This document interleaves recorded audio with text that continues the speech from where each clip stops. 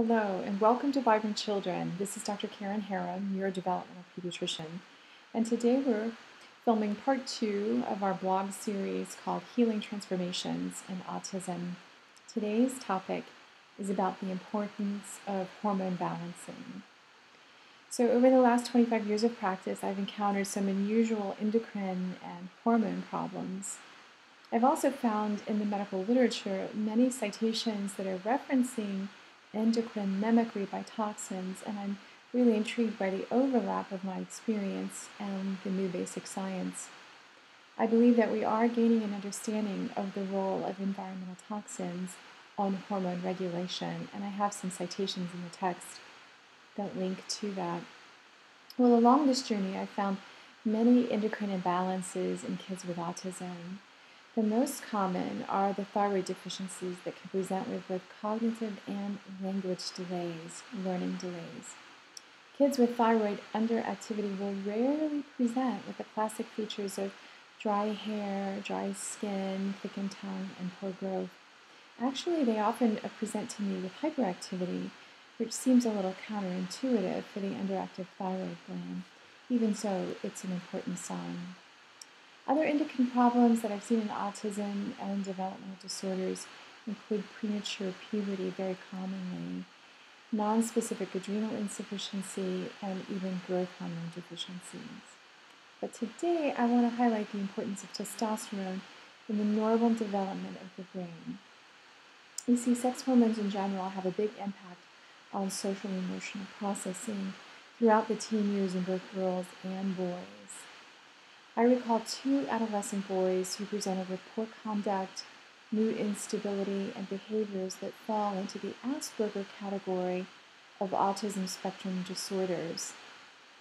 Asperger disorder is least likely to be diagnosed in the early grade school years and more likely to be apparent as the young teen begins to develop their own peer group.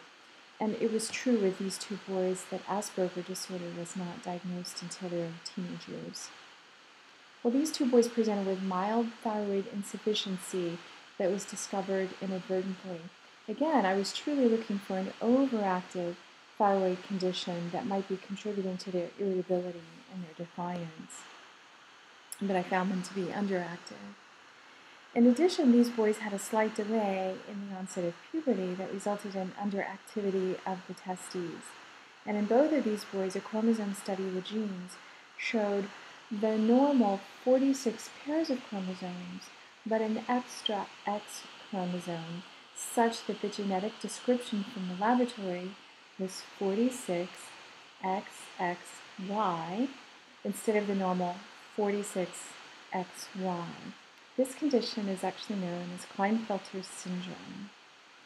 When an extra X chromosome is present, there is inadequate testosterone production in these boys, and testosterone replacement is necessary for normal physiologic functioning. It's also important for normal social-emotional development and better adaptation as a young man. So when replaced appropriately, the testosterone treatments had a profound effect on their mood, reduced aggressive behaviors, and also reduced irritability. All areas of their life were improved, including social skills and social relatedness. This type of transformation in Asperger disorder is not very typical, but it's certainly noteworthy. The treatment of Klinefelter syndrome is easy and rewarding, but one has to do the genetic tests and approach all of the autism spectrum disorders with an eye for measurable and treatable genetic conditions. My wish for you is a healing transformation for your child, such as the ones described in this blog.